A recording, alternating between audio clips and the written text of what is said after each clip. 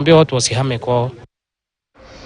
Na katika juhudi za kupambana na ufisadi nchini, tume ya kupambana na ufisadi nchini EACC imeamua kushirikiana na viongozi wa dini.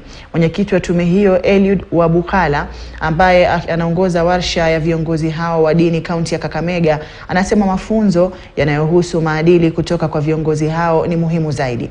Alan Ochanda anafuatilia warsha hiyo na sasa tuungana naye moja kwa moja.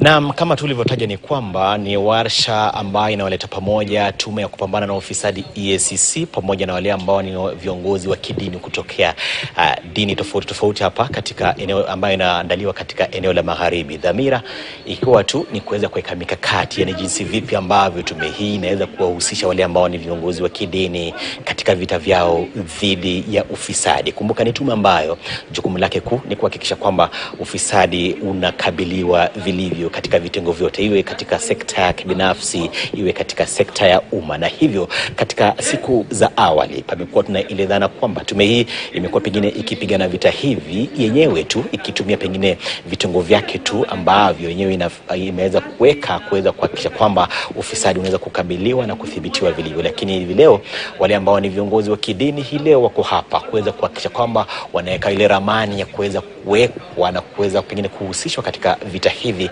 dhidi ya ufisadi. Na hivyo mwenyekiti wa tume hii Archbishop ama Askofu Mkuu Eliud Wabukala yuko hapa kuweza pengine kutueleza tu ni vipi ambavyo wanataka kuweza kuhakikisha kwamba wanahusisha wale ambao ni viongozi wa kidini kutoka dini tofauti ili waweze kuwa wakiweza kutoa mchango wao katika vita dhidi ya ufisadi. Karibu sana Askofu Eliud Wabukala, mwenyekiti wa tume ya EACC.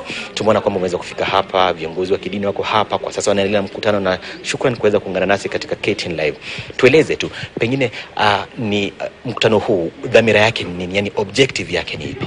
Asante sana watu wa media kuja kuwa pamoja nasi. Siku ya leo tuko hapa Kakamega na viongozi wa makanisa na wengine ambao ni kutoka dini mbalimbali kwa ajili ya kueneza ujumbe wetu wa kuzuia ufisadi. We are doing what we call prevention. EACC imesha ingia mpatano na in the Religious Council of Kenya.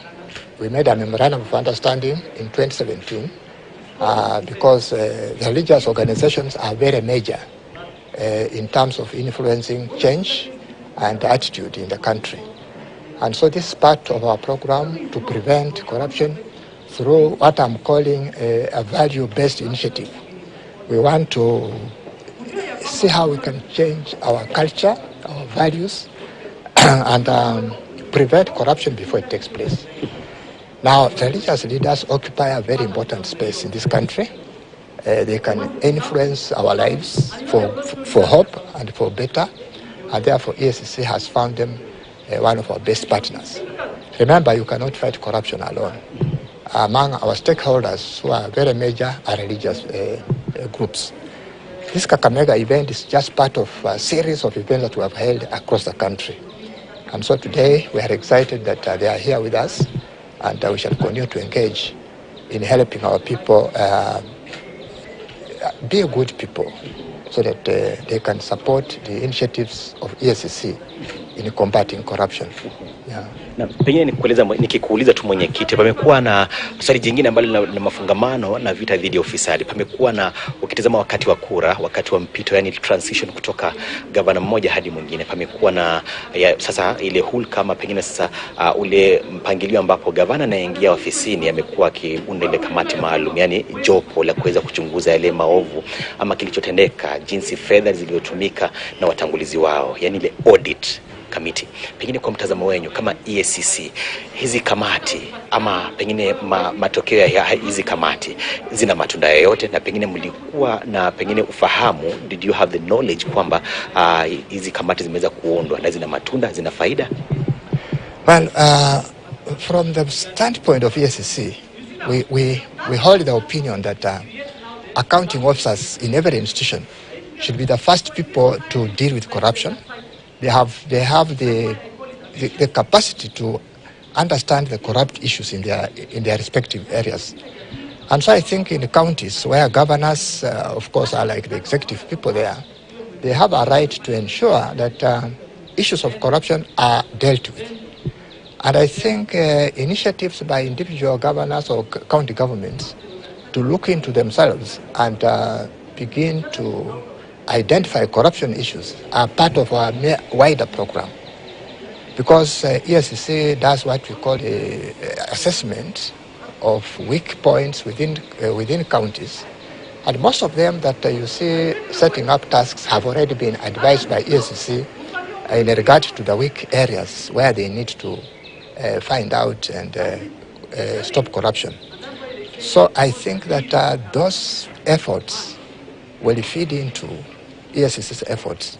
The only caution is that they should, if they do it, they should do that professionally, so that it doesn't turn out to be witch hunting.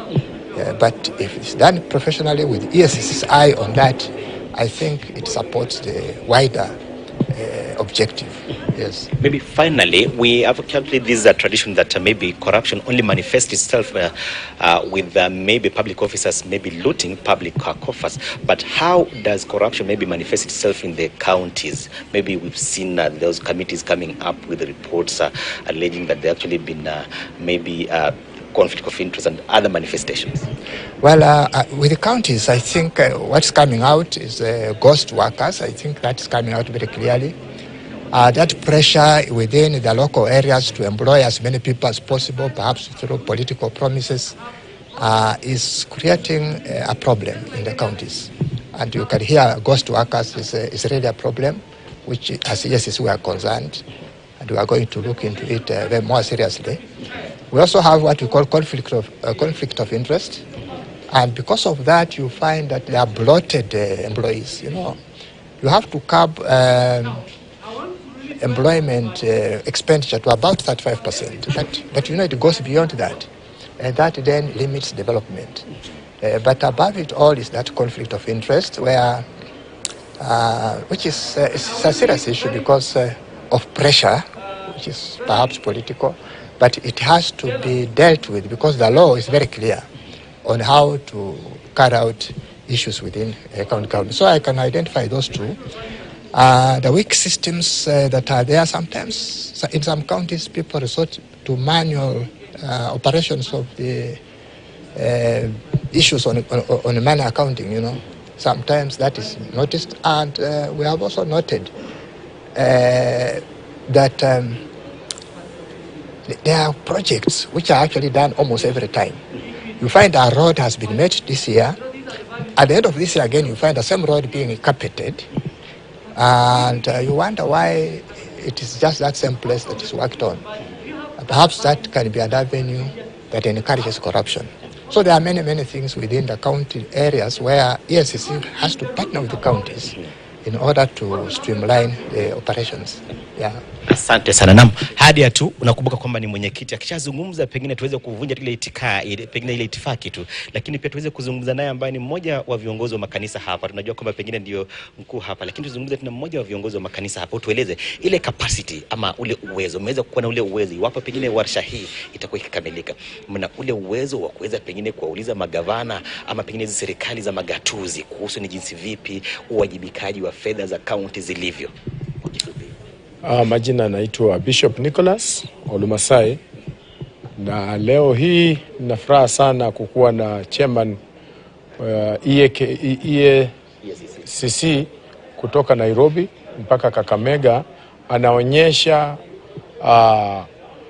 ya kwamba yeye ako tayari kabisa kukabiliana na mambo ya corruption. Na sisi kama interreligious wa Western Province na Kakamega County, tunataka sasa we partner. We want to partner with him and with